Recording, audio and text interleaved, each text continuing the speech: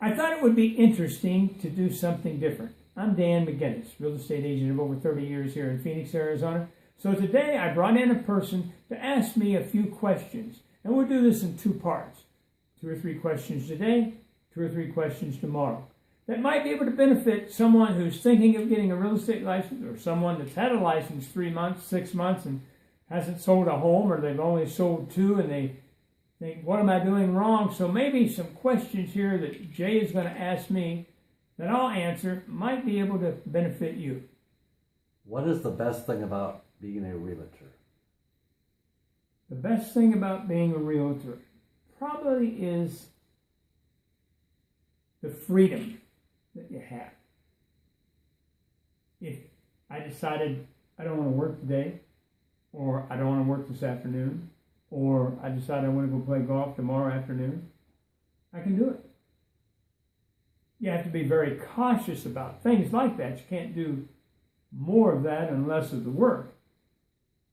But I think the freedom that you have and the people that you work for, you choose who you want to work for. I've had very, very, very few people over the last 34 years that I just didn't feel comfortable with. And maybe 1 or 2 times I just said, I don't believe I'm going to be able to meet your needs. Let me refer you to Jay or Bob, and I think they can help you better than I can. Because I don't specialize in that particular area or that particular neighborhood as well as they do. To be successful as a realtor, what type of skills does a person need?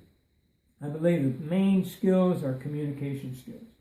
Being comfortable in talking with people. I was invited to join Toastmasters 29 years ago, and unfortunately was ignorant and didn't realize what I was turning down.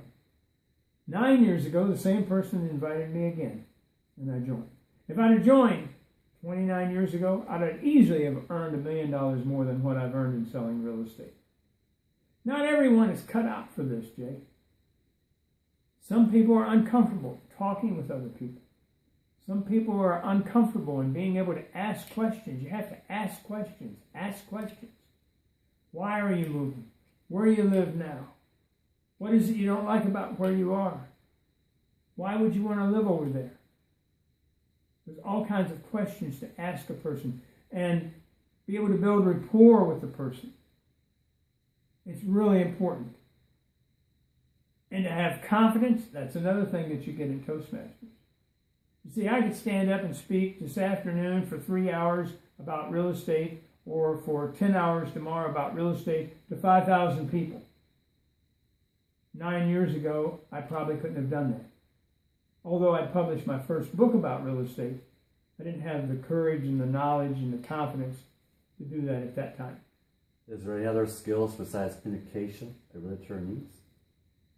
Well, I'm very fortunate that I know a little bit about math. I know my multiplication tables, and it's something that I learned in school. And having a calculator, I use a calculator, but it's very valuable to have some things that you can just figure in your head, because you may not have that calculator there to answer a person's question, and you can give them an idea. Well, it would probably be somewhere between $900 and $1,000 a month, just to be able to figure things off the top of your head.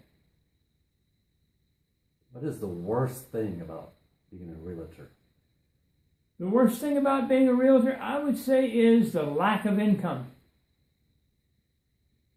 If you don't have enough money to live off of for 3 months or 6 months, and you get into real estate and you don't sell any homes for 2 or 3 months, it gets stressful.